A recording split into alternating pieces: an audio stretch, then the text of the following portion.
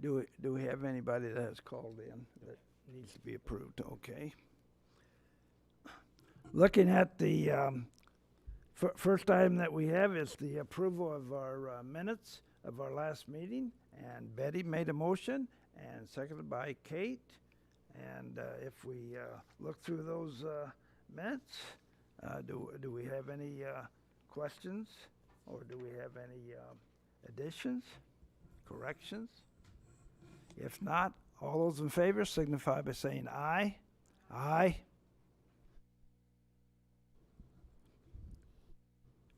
The next item for business for this committee is the informational items. And looking at the informational items, the first one is the Greater Peoria Sanitary District, and Brian is here. And I've seen more of Brian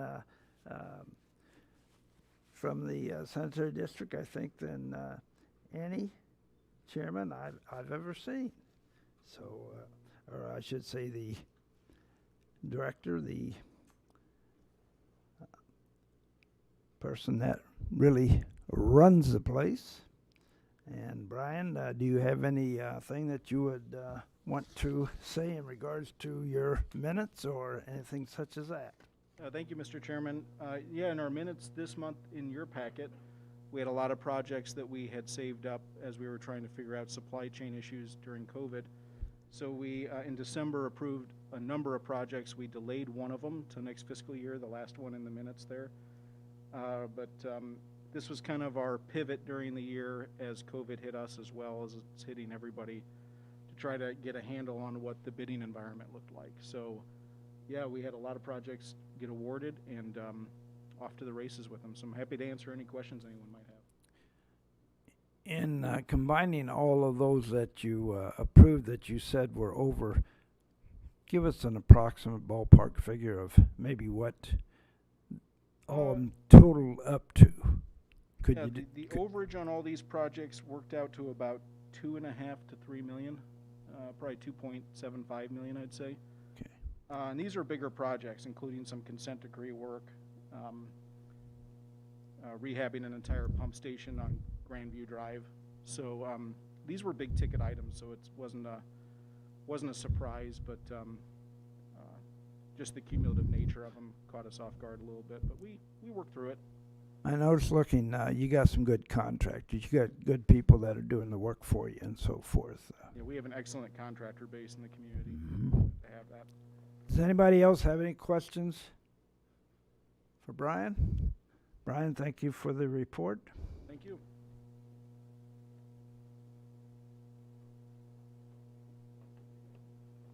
The next one we have has to do with, of course, our facilities master plan. And Mark, you're up. Good afternoon, Mr. Chairman. Really, the only thing that I've updated on the list for this month, since it was just a few weeks ago when we were here, we started one project that has to do with the facility utilization analysis that was finished in 2019, and that's office locations for the public defender.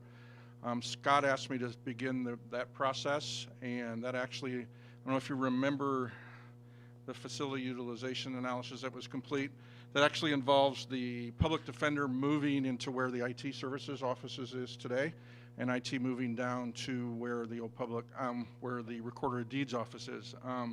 Currently working with Dewberry on finalization of contract with them for that process and oversee that. So I should have that within the next week or so. We're doing the finalization on that. So that's been added. And the only other thing I wanted to add is that we're going to have to replace the hot water heater in the courthouse. It is working but leaking and is about 10 or 11 years old and is going to have to be replaced. We are currently getting bids on that and looking at different options on what we're going to replace that with. And I hopefully will have something on that later this week. So, any 11 years, I think it's pretty good. I think I've had 7 and about 45. So hot water heaters, although the last one that Mr. Dillon's company put in has been super. But I shouldn't say that. I shouldn't talk about that.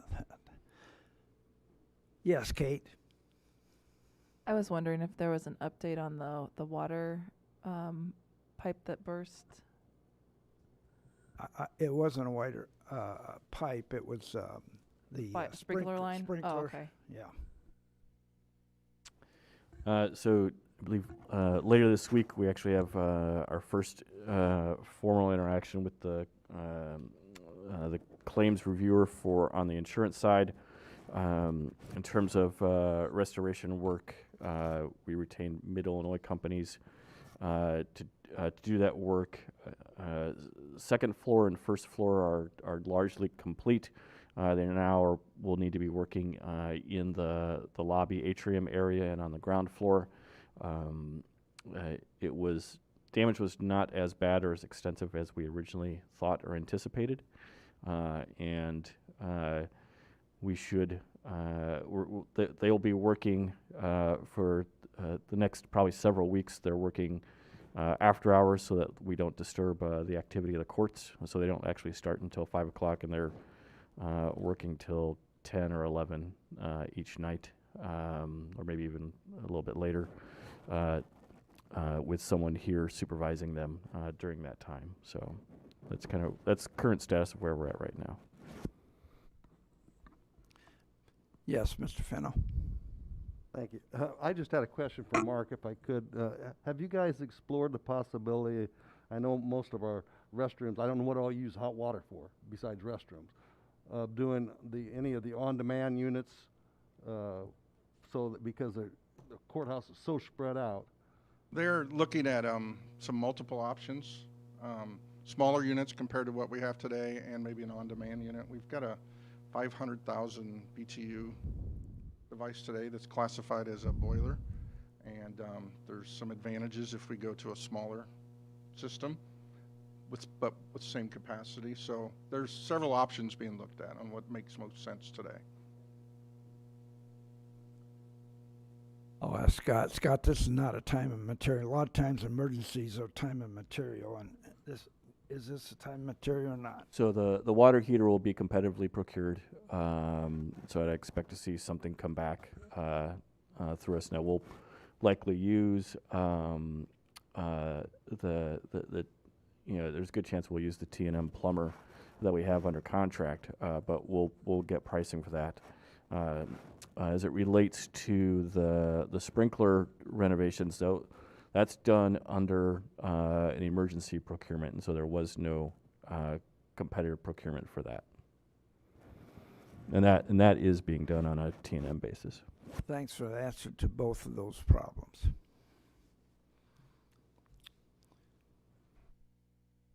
Any more questions for Mark? All right, thank you, Mark.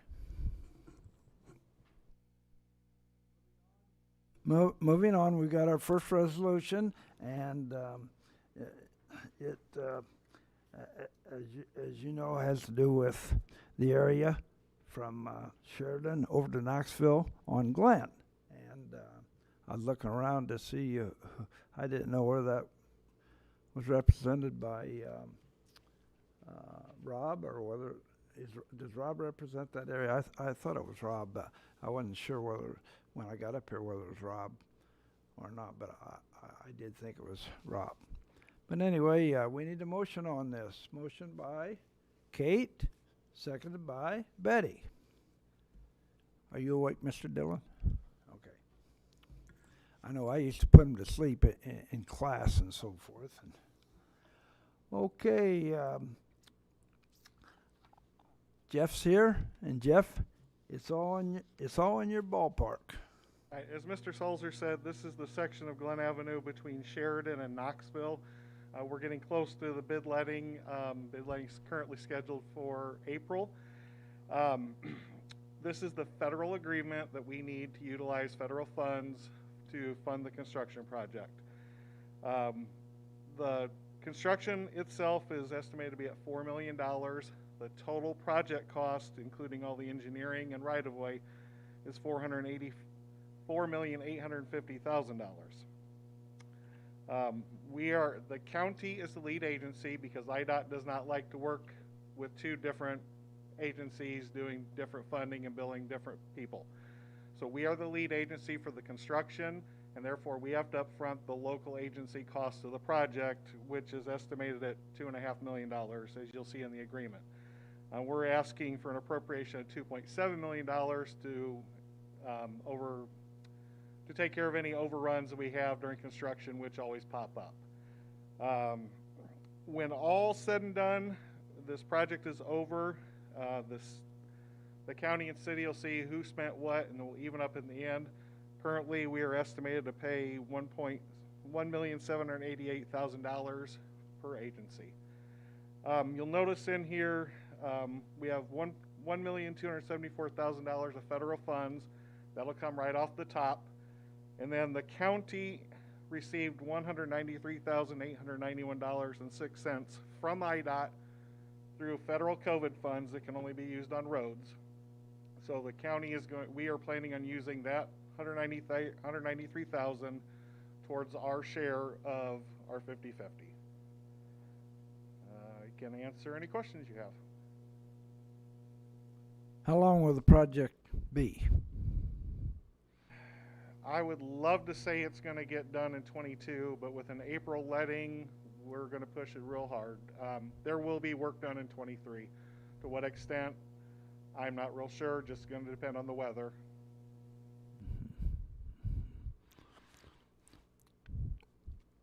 The area is about comparable to what we did when we worked on the from Sheridan over to Knoxville down on Lake, isn't it?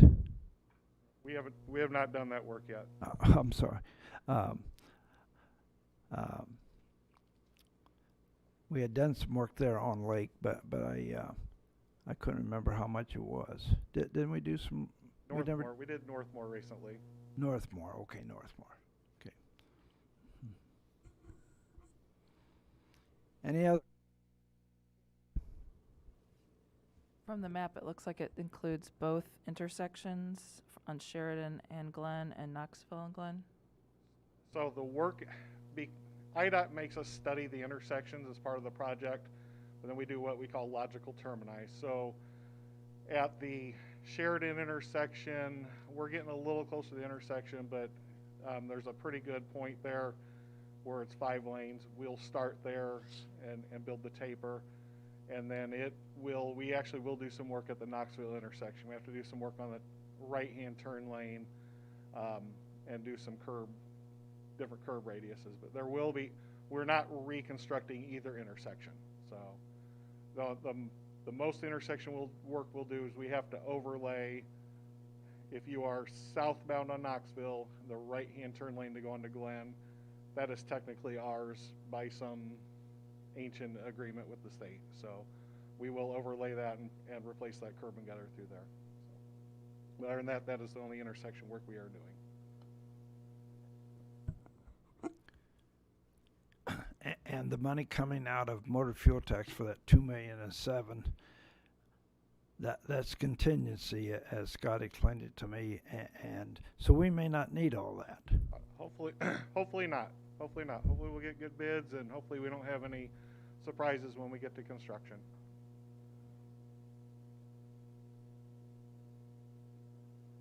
Any more questions? Jim? So this is being done to the city standards, so we're going to turn this over to the city when it's being completed, is that correct? That is correct, yes. Good. Thank you.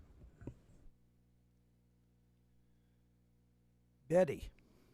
I'd just like to say to Jeff, thank you, because this is a project that's long overdue. I've traveled that route many a times, and thank you. And I also like to ask Scott, you may know this answer as well, the street lights, like they did on Sheridan. Do you know if that is in the plan at a future date? So for this segment of the road, street lighting is included in the project. Jeff or Amy can probably speak to just exactly what type of street lighting they're going to have. I know Mr. Renault did walk and knock on every door last summer during the design process, and to get some feedback from what at that point in time were his constituents. With the new county board map, this is actually in Member Bryant's district. So I'll let Jeff talk real quick about the streetlights that are planned for this segment, or this project. All right, so there are currently some streetlights on Ameren poles currently through the area. Those will remain. The Ameren poles will probably have to move out a little bit. Those will remain. And then the city has a program with Ameren that they can add lights fairly easily. So we're not going to have street light poles every 200 foot like you normally have. We are going to put them on Ameren poles and light it that way. That was with the cost of the project and the constraints with the budget, that was deemed the most feasible way to do the lighting and address the concerns for the constituents.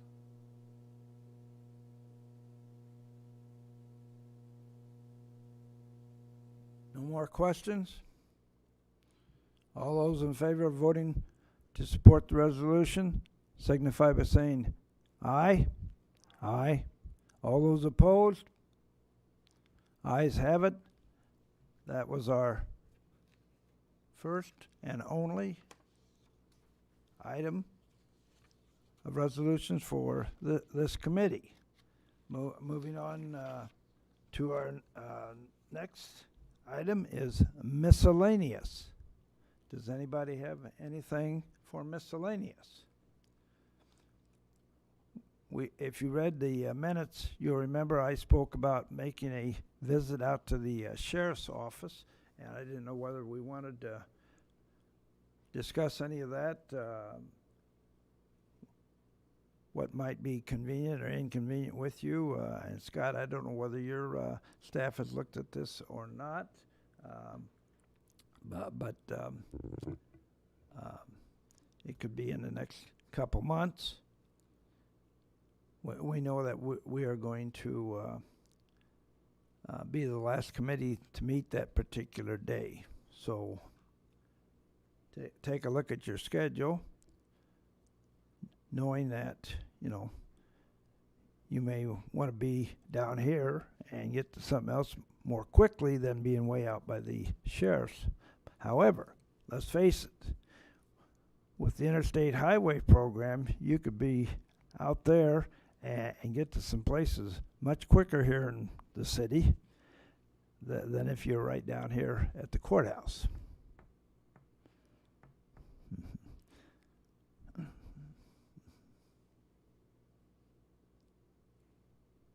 Nobody wants to make any comments on it. Jimmy?